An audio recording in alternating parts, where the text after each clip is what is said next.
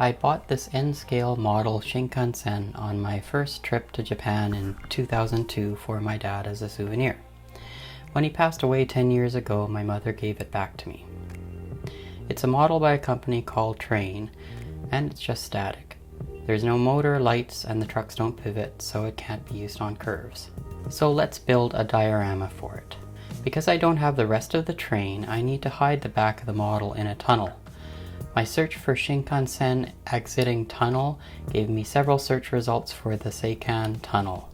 This undersea train tunnel, just like the tunnel in the English Channel, links the Japanese islands of Honshu, where Osaka and Tokyo are located, and Hokkaido, the northernmost island. I'll leave a link in the description to more info on the tunnel. To start off the diorama, I took this piece of insulation foam and printed out the area I wanted to model from Google Maps, scale to 1/160th scale or N scale. I mocked up the Shinkansen and a tunnel. This is going to be great. I also printed out a scale front view of the tunnel from photos I found online, and then cut out the tunnel hole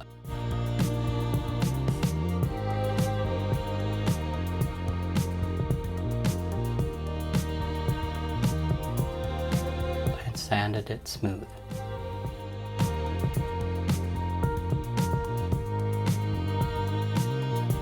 I tested the fit, and that will work. I marked out where the portal should go.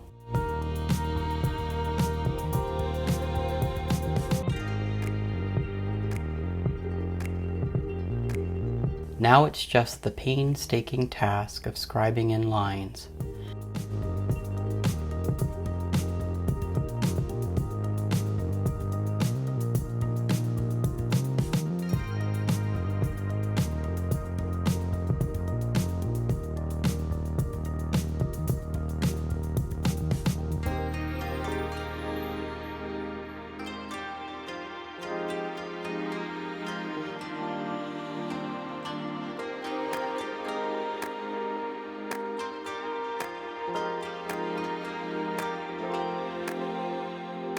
The portal seems to be made of concrete blocks, not poured concrete as is common with many modern portals.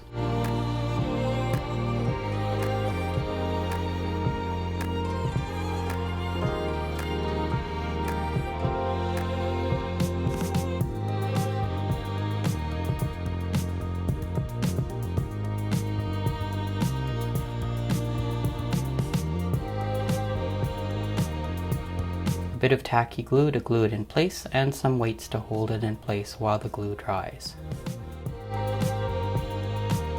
I also cut a small wall for the left-hand side that I noticed on photos of the portal. As the wall needs to be slightly tilted, I just shoved a wedge of foam underneath. I wanted the portal to be a bit more securely attached, so I drove some drywall screws in from underneath. Now onto the portal liner, which I made from some thin styrene I could bend easily. It needed a trim for length and a bit of pressing into the foam so it sits flush. And then I glued it in place using the cutouts and another wedge temporarily as clamps.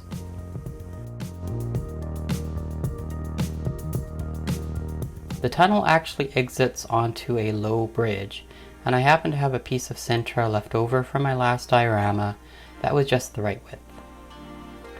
I just had to cut it to length and do some sanding.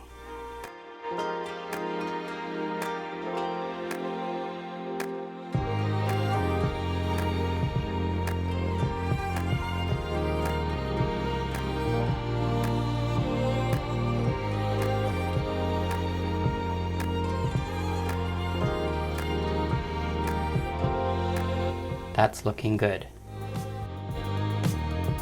As you can see, there is a small building on the right side of the portal that I decided to also model. Likely some kind of storage building or office perhaps. I cut a block of foam to the right size and marked its location.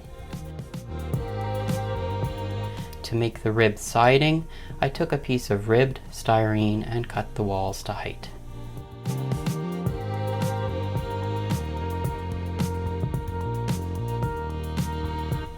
The building does have a few windows and a door, so I roughly sketched those in. Then it was just a matter of cutting the siding to length and gluing it on, again using tacky glue.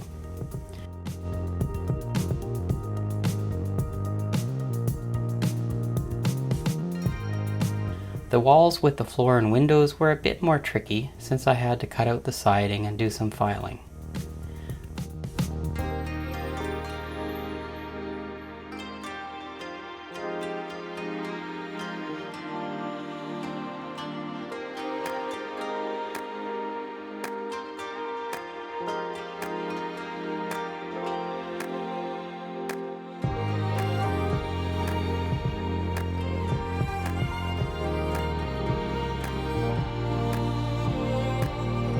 Back to the portal, which also needs a floor for the tracks.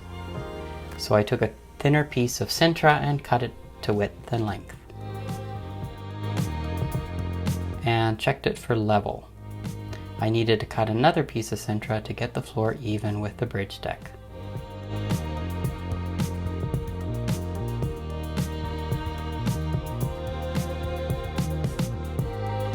And then the shim and the floor were glued in and weighed.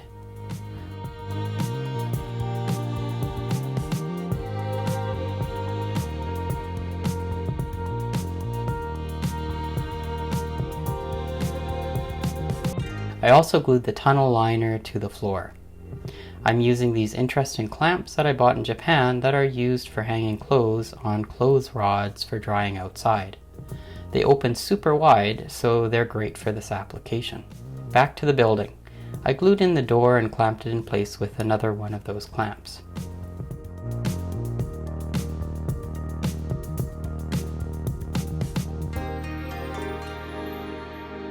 The lower part of the building wall is brick, so to simulate that I printed out a brick wall texture. I cut that to height and then folded it at the corners of the walls.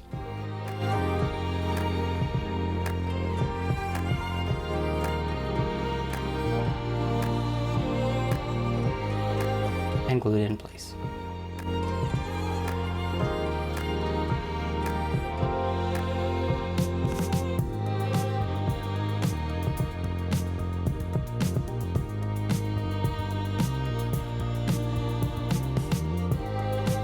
I did forget about the peaked roof, so I cut down the height of the siding on the end walls and cut a peak into the siding on the long walls.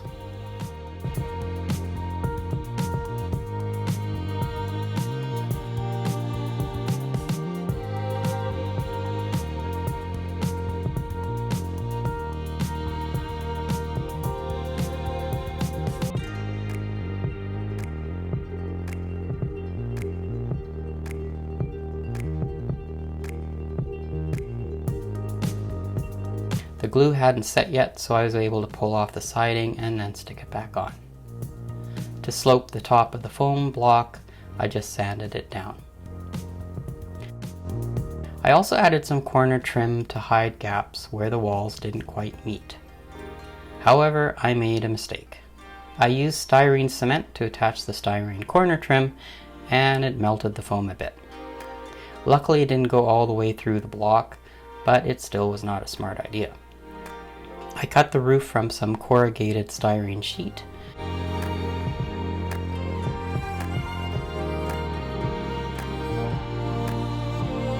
And I scored the middle to bend it to match the roof peak angle. A bit of filing to make things flush on the walls, and then I took a chance and used the styrene cement again to attach the roof. But this time I used less in hopes it wouldn't reach the foam. A few more of those clamps to secure the roof until it dries. The roof was then painted a brick red color to match the photos, and I did some weathering on it later. I wasn't that happy with how the portal liner fit against the foam, so I patched it up a bit with drywall patching compound. I then took the assembly into my garage to airbrush it with black primer and give it a light overspray of gray where the concrete parts are. Next up are some supports for the bridge deck. I made a template first out of cardboard as I needed a few supports and wanted them all the same. Cardboard is a great material for making templates quickly.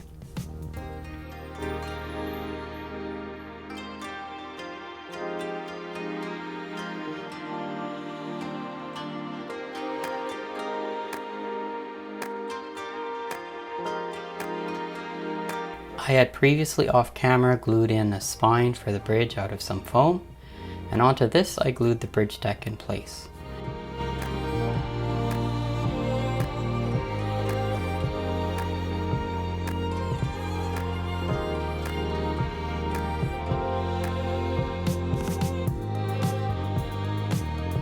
And weighted it down.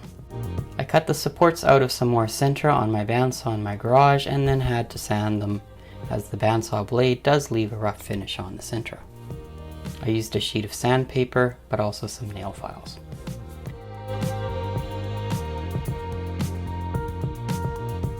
And I checked the fit, as I need the supports to go between the bridge deck and the foam base. And then I decided to rip out the bridge deck and spine and glue them together upside down so I could better attach the supports as one unit. Sometimes during these projects you do realize that you messed up the sequence of steps. Luckily no damage was done to either part.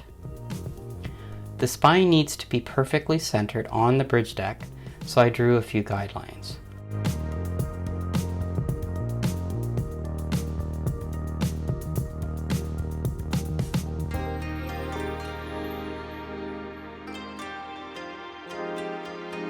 And glued the spine back on.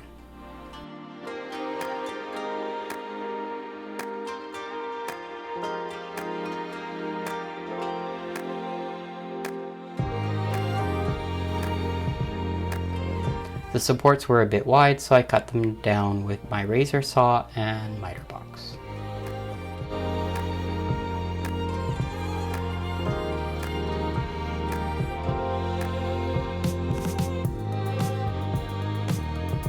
And then the supports were glued in place. One pair of supports has raised blocks for a set of catenary masts, so I raised up the bridge deck on scrap foam blocks to make way for that. And I added those supports as well. Back to the portal liner, and I applied a black coat of paint. I wanted to hide the fact that the tunnel is only a few inches deep. While I had my black primer out, I also primed the supports and then painted them gray.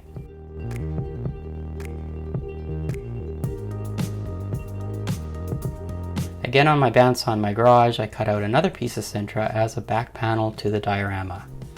This side will normally not be seen when the diorama is displayed. I had to trim the portal liner a bit.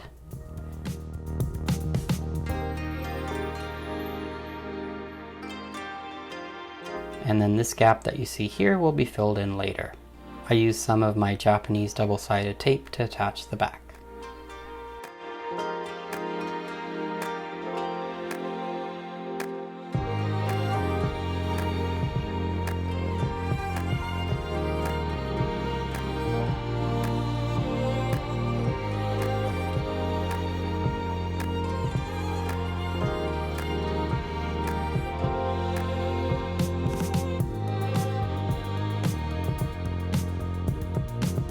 I then used some black construction paper, it's old so it has faded a bit, to seal up around the portal liner.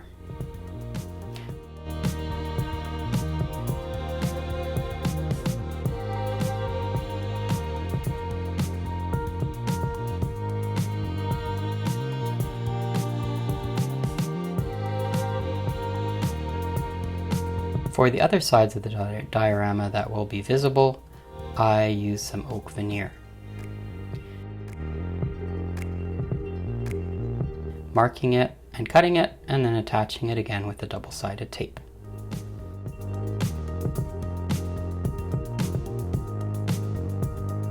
To fill in the gap between the back of the portal wall and the fascia of the diorama, I cut down some scrap foam and glued them in place and clamped them until set.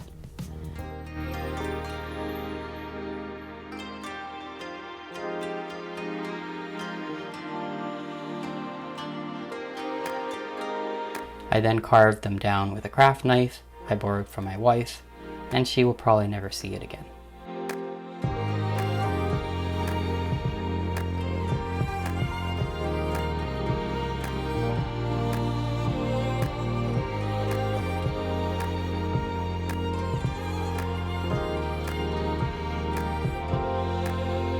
Time to attach some track.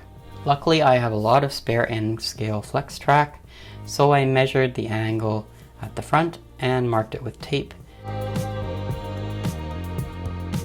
and then used my razor saw again to cut it to length. Realized that I didn't want to cut into my cutting mat, so I raised it up on a scrap foam block.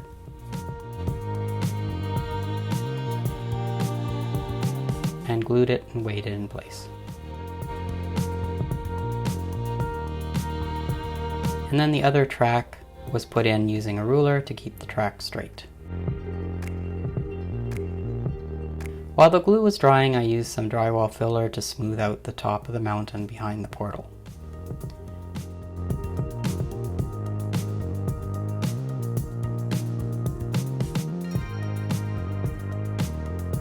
And I had one more hole to fill in with a foam block. And then I applied the rest of the veneer on the sides while I waited for the drywall filler to dry. Modeling always involves waiting for something, whether it's glue, paint, or fillers. Now a coat of brown paint was applied just to get rid of the stark white of the filler. All of this will be covered with vegetation, so it didn't have to be perfect.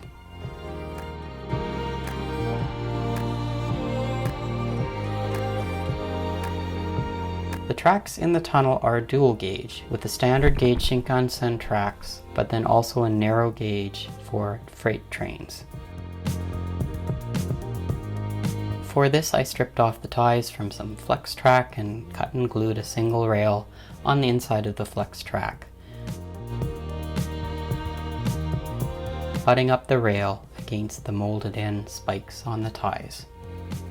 I used CA and accelerator to glue it in place.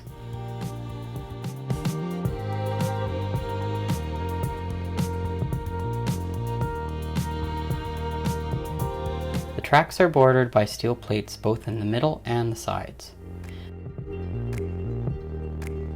I cut these from thin styrene and scored in the individual plates.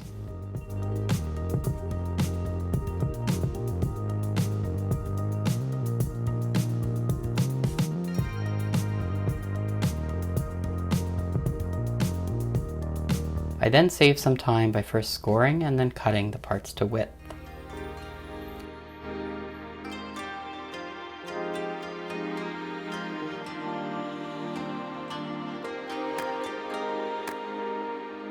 These were then test fit and then painted.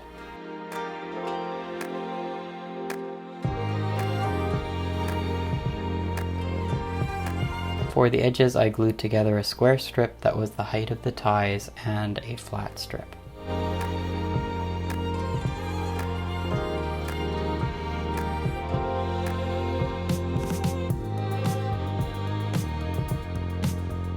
This combined strip then covered the tops and edges of the ends of the ties. Back to the top of the mountain, I glued on some earth blend scatter material to represent the soil.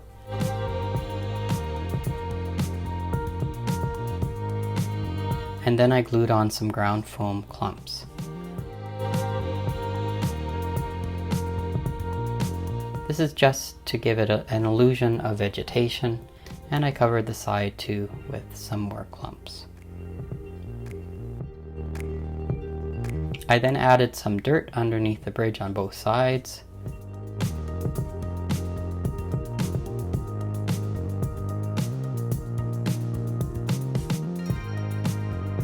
And made quite a bit of a mess.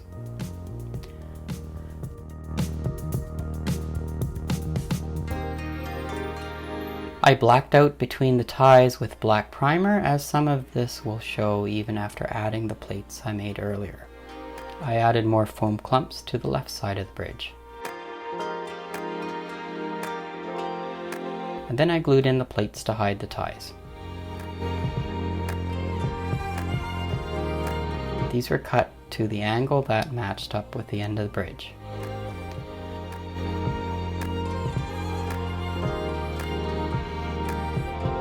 There are also some grates on the bridge, and I designed and printed these out on my 3D printer. I primed them black and then lightly stamped them with silver so that the recesses would stay black. This was a technique I used for my last diorama too, and it worked quite well. And the grates were also cut to length and glued in place.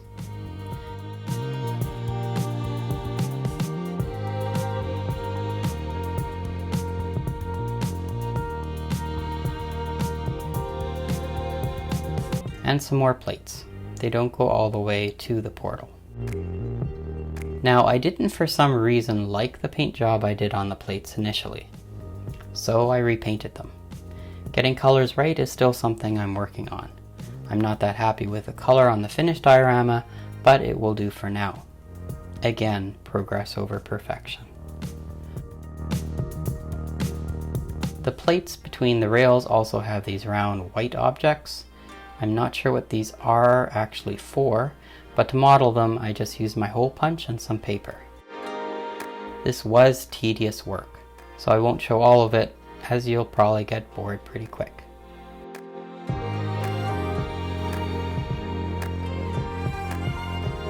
One other feature for the bridge deck is railings.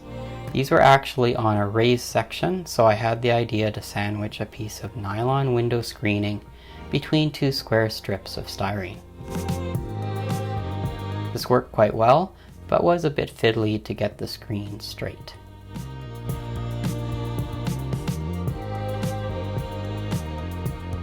Once the sandwich was made, I trimmed off the excess screen. And the railing doesn't go all the way to the portal.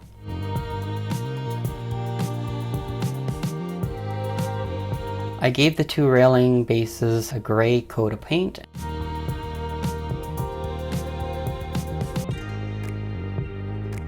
and then brushed on a thin coat of silver on the railings. Once dry, these were glued into place on the bridge deck. Back to the scenery. The area just in front of the portal should actually be an embankment, so I cut out the foam clumps I glued in earlier, and I cut a piece of insulation foam and carved it into a gentle slope. It needed to fit under the bridge a bit, so I had to trim it to the right height.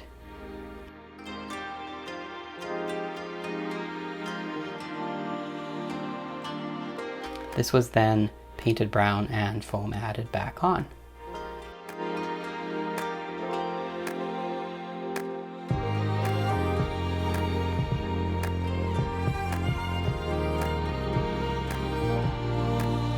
The other side also needed an embankment, so I repeated the process.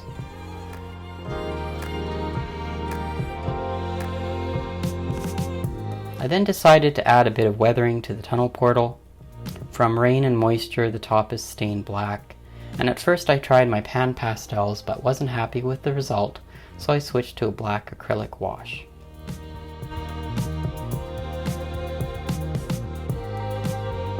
This was also applied to the side of the portal.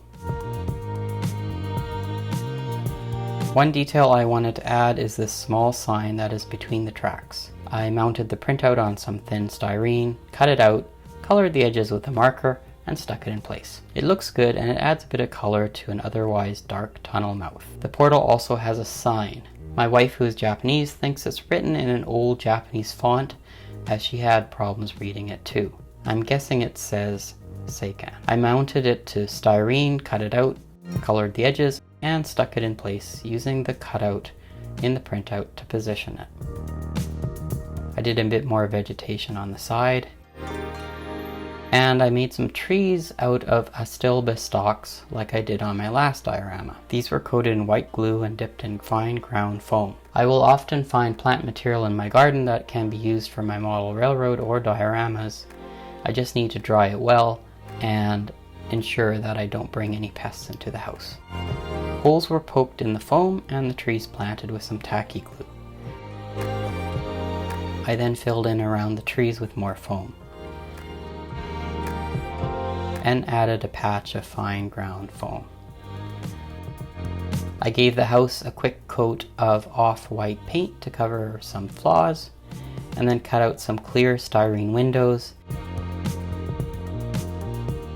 painted them black on the inside, and glued them in place. It's good enough, again not striving for a highly detailed piece, since this building's not supposed to be a focal point. I glued the building in place, added some strategically placed foam clumps to hide some flaws, and I also added another path going to the door. The rest of the bare ground was covered in static grass with my homemade static grass applicator made from an electronic fly swatter. The final addition to the building was adding a roof ridge cap, which I had cut and painted earlier. I also gave the roof a dry brushing of brown paint to tone down the red a bit. I also decided to model the electrical boxes that are on the left side.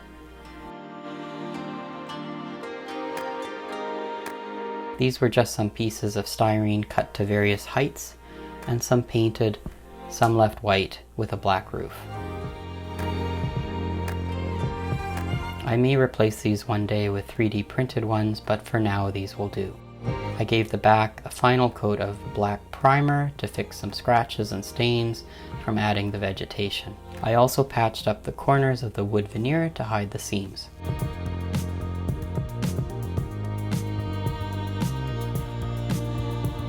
Once the filler dried and was sanded smooth, I applied a coat of Odie's oil to the veneer.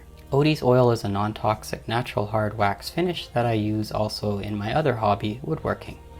It smells nice, you don't need to put gloves on or do in a well-ventilated place, and it's food safe. Not that I'm going to eat my diorama, of course. Every time I look at more photos of the prototype, the more details I find I have to add. There are some cables or perhaps water pipes, not sure, that flank the rails. These I modeled from some light gray electrical wire I happen to have on hand. I needed to straighten some kinks out of it first, and then I glued it in place with CA and accelerator.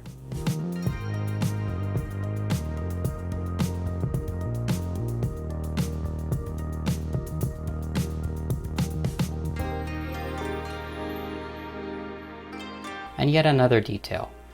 There is this green box with a yellow stripe on a pole next to electrical boxes. This just needed a few bits of styrene painted the right colors and then stuck into a hole drilled in the bridge deck.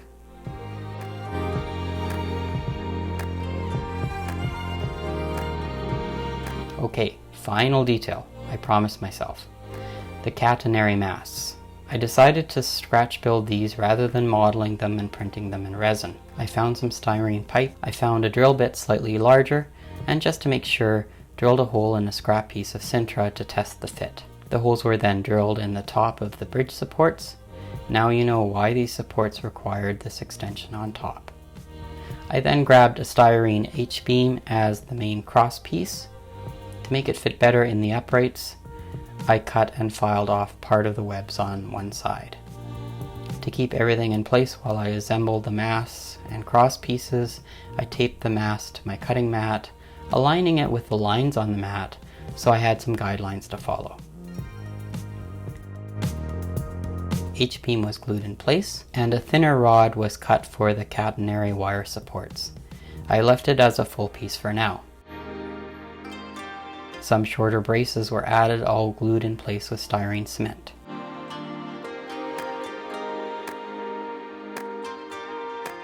Now these tiny pieces were a pain to align and glue in, so I'll skip over the 15 minutes or so I needed to get these in place. Finally, the bottom bar that actually holds the catenary wire was added.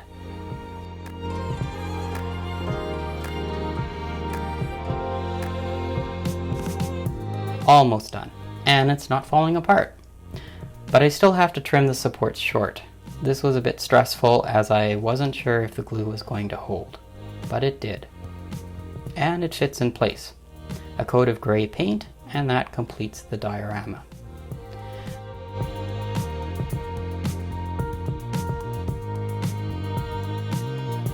This took me a little over a week to complete, much faster than my last diorama. I had the luxury of a 4-day-long weekend where I could spend a few hours a day on it. It's a great display for the Shinkansen model. I hope you enjoyed the video. Thanks for watching.